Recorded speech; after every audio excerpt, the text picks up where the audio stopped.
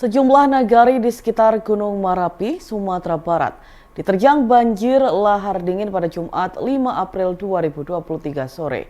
Wilayah yang terdampak diantaranya Bukit Batabuah, Canduang, dan Batu Taba, Ampe Angke, Kecamatan Agam, Sumatera Barat.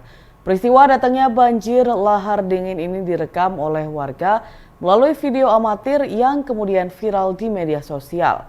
Dalam video yang beredar, tampak air dengan volume besar menghantam wilayah pemukiman penduduk.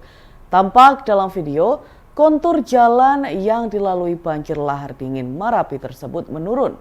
Akibatnya, sejumlah warga setempat berusaha untuk menyelamatkan diri.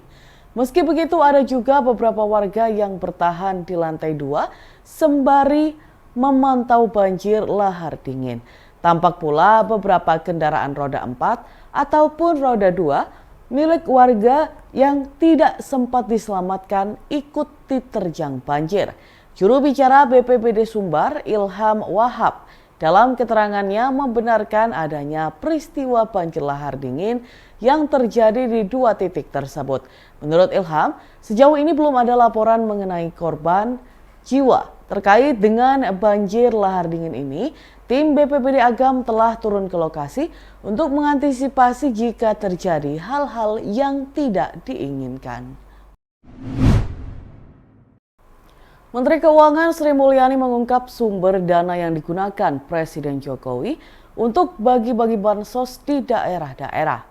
Menurut Sri Mulyani, dana tersebut berbeda dengan dana bansos yang didanai oleh Perlinsos, melainkan berasal dari dana operasional Presiden, yang mana Presiden Jokowi memiliki dana operasional hingga 138 miliar rupiah per tahunnya. Dana tersebut kemudian dipotong atau digunakan Jokowi untuk berbagai kegiatan saat kunjungan kerja, termasuk membagikan bansos. Hal itu disampaikan oleh Sri Mulyani saat menjawab tentang bantuan sosial dalam sidang sengketa Pilpres 2024 di Gedung MK Jakarta pada Jumat 5 April 2024. Dalam kesempatan yang sama, Sri Mulyani mengakui bahwa bantuan pangan dari Badan Pangan Nasional atau Bappenas berupa pembagian beras 10 kg untuk 6 bulan tidak dianggarkan sebagai dana perlindungan sosial. Sri Mulyani mengatakan hal itu dianggap sebagai bagian dalam fungsi ekonomi untuk penguatan ketahanan dan stabilitas harga pangan. Bendahara negara ini berujar pada 2023 Bappenas diberi anggaran 10,2 triliun rupiah. Total bantuan pangan yang disampaikan mencapai 21,53 juta keluarga penerima manfaat melalui Perum Bulog pada September-November 2023. Namun pada 2024, Sri Mulyani menyatakan bahwa anggaran Bappenas justru merosot 30% dibandingkan 2023. Badan tersebut hanya dianggarkan dana sebanyak 6,71 triliun rupiah pada 2024. Pasukan perlawanan Islam di Irak semakin intensif menyerang posisi Zionis. Setelah meledakan bandara dan pelabuhan Zionis, Irak kini menyerang kilang minyak Israel di Haifa. Akibat serangan tersebut, Israel mengalami kerugian. Video detik-detik perlawanan Islam di Irak meluncurkan peledak ke kilang minyak Israel dirilis pada Sabtu 6 April 2024. Dalam video tersebut, tampak peledak perlawanan Irak itu melesat dengan kecepatan tinggi. Kobaran api juga tampak begitu jelas melesat ke wilayah kilang minyak Haifa. Perlawanan Islam Irak mengklaim serangan tersebut tepat sasaran dan menimbulkan kerugian. Namun perlawanan Irak tidak mengungkapkan mengenai ada atau tidaknya korban jiwa dalam serangan tersebut.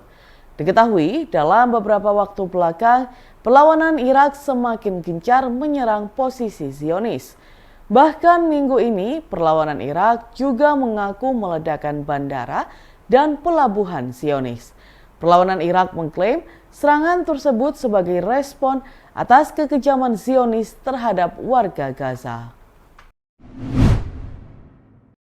Lonjakan arus mudik Lebaran 2024 sudah terjadi mulai Jumat 5 April 2024 di Surabaya.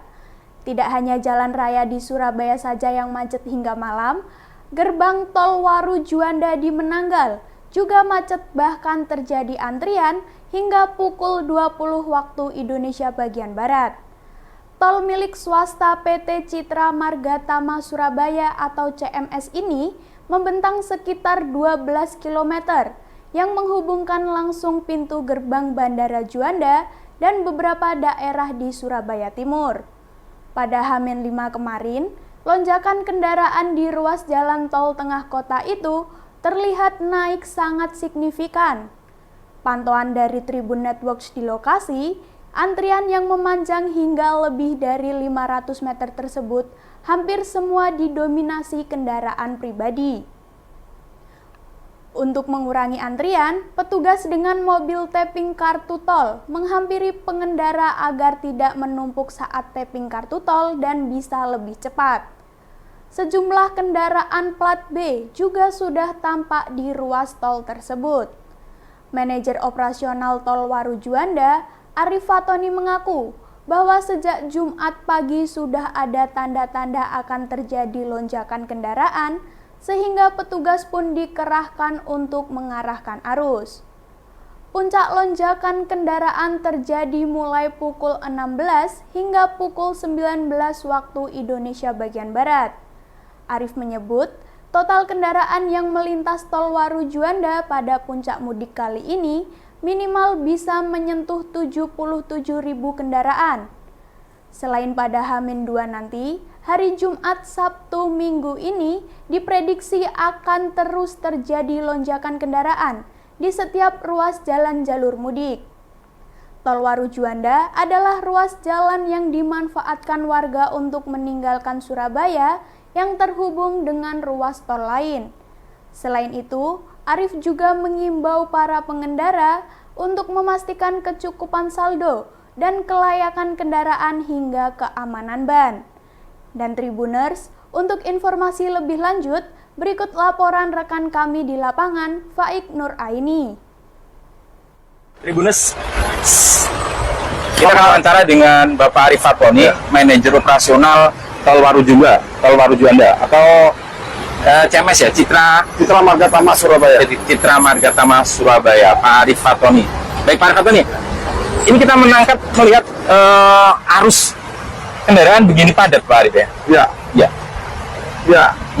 Selamat sore ya. Selamat sore Tribuners. Dilaporkan dari gerbang tol Menanggal pada saat ini tanggal 5 April 2024, di mana ini adalah proyeksi dari arus mudik yang tinggi, yang klimaksnya pada hari ini. Oh, jadi diperkirakan ini adalah puncak dari arus mudik di hari ini ya? Betul, puncak arus mudiknya tanggal 5 April ini. Di mana ini pengguna mayoritas ke arah bandara sebagai pengguna moda transportasi udara ke arah Bandara Juanda. Baik, ya. Jadi Tribuners, kalau Anda saat ini tengah menuju Bandara Juanda, kita laporkan kondisi menuju Bandara Juanda melalui tol Waru Juanda, gerbang tol Menanggal ini ya? Ya, gerbang tol Menanggal. Ini sudah mulai dari tadi kondisi seperti ini? Ya, sejak jam 3 tadi Pak. Jam 3 sore tadi sudah mulai, antrian sudah cukup panjang. Kita upayakan semua perawatan tol bisa berfungsi optimal. Semua petugas gerbang tol juga kita pastikan sudah ada pada lokasi tempatnya, dan kita tambahkan mobile reader, ini 2 unit di sini untuk membantu antrian supaya bisa cepat berjalan dengan lancar. Seperti itu di gerbang tol. Jadi ketapnya tidak nunggu ketap di gerbong ya? Nanti ada petugas yang akan menghampiri. Itu dia seperti ini ya? Ya, memang sayangnya nih saat ini kondisi sedang hujan sehingga ada sedikit kendala dalam alat mobile reader tersebut. Benar. Untuk mengantisipasi atas lonjakan kendaraan seperti ini seperti apa Tol Waru Juanda? Ya, memang kita ada 3 aspek kesiapan. Yang pertama, aspek kesiapan di gerbang. Seperti saat ini kita berposisi di gerbang, kita sudah pastikan semua bisa berjalan dengan lancar, baik dari sisi perawatan tol, dari petugas gerbang, dan juga dari sisi pelayanan. Bahkan kita sudah di depan bisa dilihat itu ada petugas patroli, PJR, ada juga ambulan derek, kita juga padukan untuk mengatur lalu lintas agar antrian ini bisa cepat cair. Yang kedua, kita kesiapan dari petugas pelayanan bantuan. Tadi seperti patroli tadi, kita tidak hanya itu, kita juga siapkan derek, ambulan, rescue, ketiga alat yang lain untuk memastikan apabila ada terjadi kendaraan di jalan, itu bisa langsung kita berikan bantuan pelayanan. Betul. Terus yang ketiga, kita juga sudah melakukan kesiapan dari sisi pemeliharaan jalan. Kita pastikan zero pothole, kita pastikan jalanan bisa berjalan dengan lancar, tidak ada kendala dalam perkasan dalam perjalanan tersebut. Baik ya.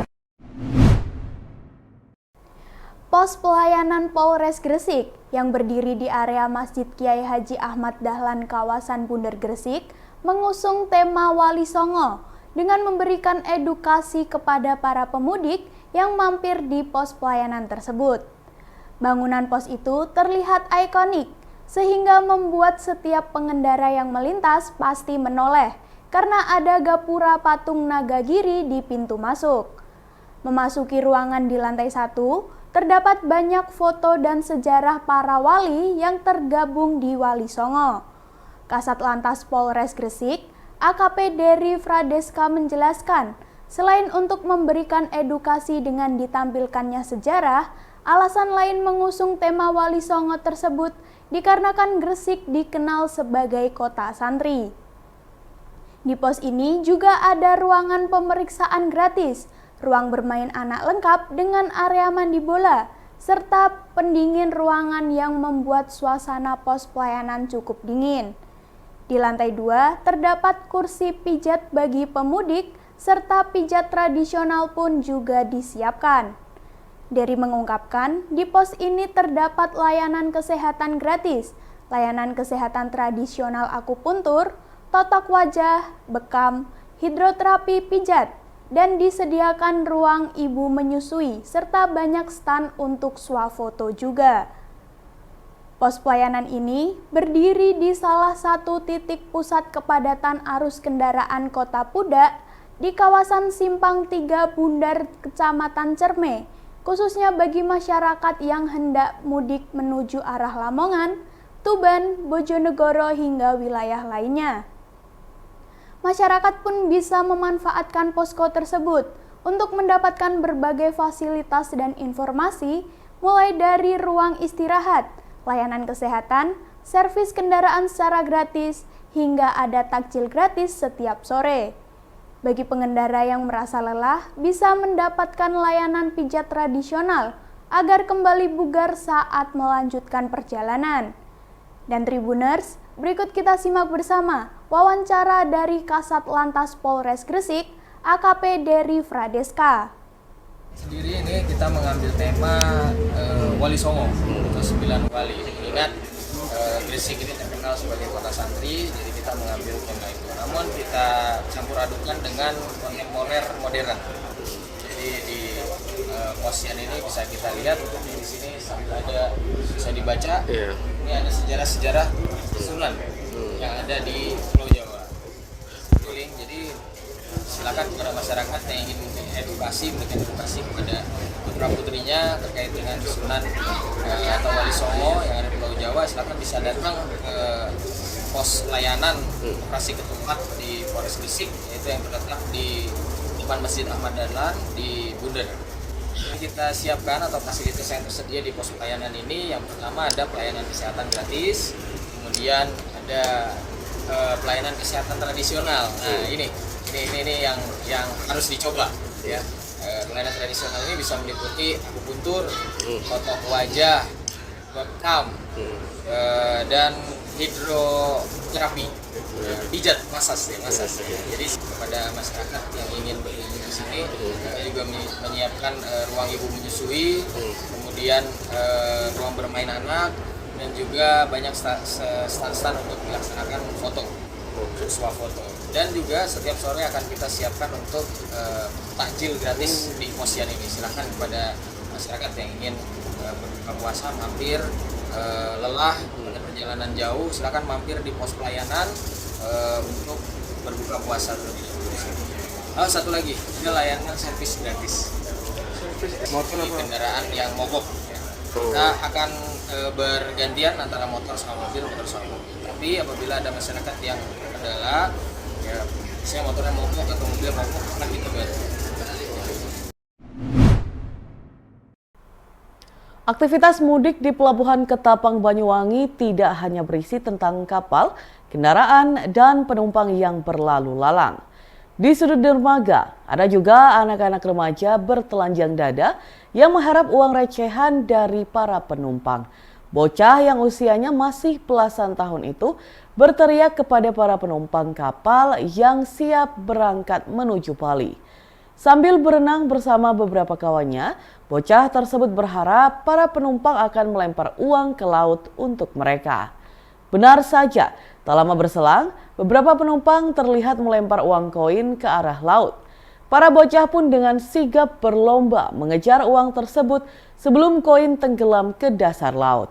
Semakin banyak logam yang dilempar, semakin ceria para bocah-bocah. Dengan cekatan mereka berenang ke sana kemari tanpa rasa letih. Para anak logam memiliki penampilan khas, rata-rata berusia belasan tahun dan sering terlihat bertelanjang dada.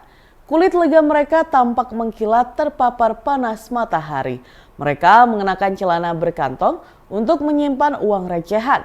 Setiap hari, para anak logam biasa berenang berjam-jam untuk mendapat beberapa ribu atau puluh ribu rupiah. Kadang, beberapa anak logam nekat beratraksi dengan harapan akan mendapat uang lebih. Indra, 17 tahun, salah satunya. Siswa kelas 1 SMK itu tanpa ragu melompat dari atas dek kapal setinggi sekitar 20 meter dari laut. Aksinya membuat beberapa penumpang terlihat kagum. Mereka pun melemparinya dengan uang logam. Indra mengaku mendapat pundi uang yang lumayan selama mudik Lebaran. Ia dan teman-temannya dapat mengantongi uang puluhan ribu setiap harinya dari aksi-aksi berbahaya itu. Sebagai anak logam, Indra punya skill yang cukup baik dalam berenang.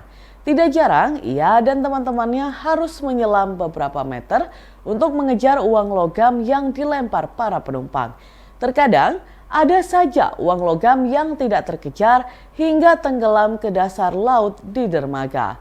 Indra dan mayoritas temannya sudah bertahun-tahun menjadi anak logam, maka tidak heran mereka bisa berenang dengan lihai.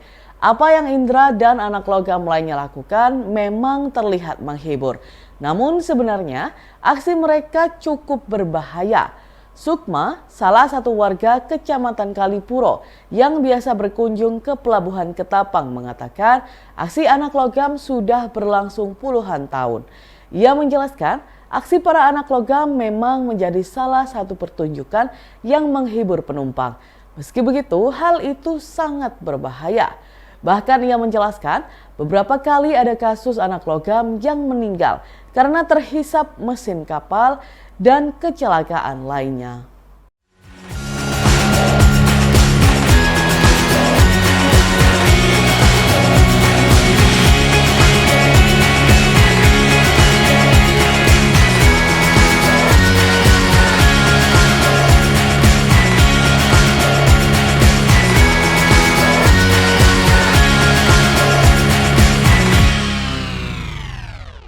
Download Tribun X sekarang, menghadirkan lokal menjadi Indonesia.